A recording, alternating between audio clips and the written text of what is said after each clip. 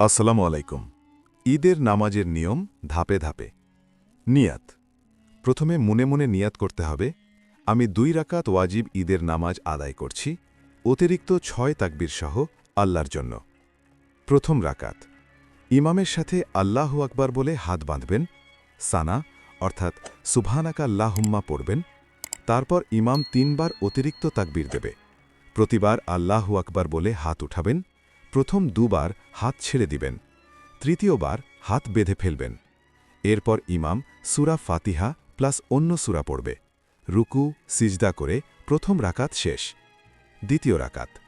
ইমাম সূরা ফাতিহা প্লাস অন্য সূরা পড়বেন, তারপর 3টি অতিরিক্ত তাকবীর। প্রতিবার আল্লাহু আকবর বলে হাত উঠাবেন, হাত ছেড়ে দেবেন। চতুর্থ তাকবীর বলে রুকুতে যাবেন, এবার হাত উঠাতে হবে না। তারপর সিজদা করে নামাজ শেষ করবেন। শেষে তাশাহুদ, দুরুদ, দোয়া পড়ে সালাম ফিরাবে। খুতবা। নামাজ শেষে ইমাম খুতবা দেবেন। খুতবা শোনা ওয়াজিব, তাই মনোযোগ দিয়ে শুনতে হবে। কিছু গুরুত্বপূর্ণ সুন্নাত: গোসল করা, পরিষ্কার কাপড় পরা, সম্ভব হলে নতুন, সুগন্ধি ব্যবহার করা, কিছু খেয়ে ঈদগাহে যাওয়া, বিশেষ করে খেজুর, যাওয়ার সময় এক রাস্তা, ফেরার সময় অন্য রাস্তা ব্যবহার করা।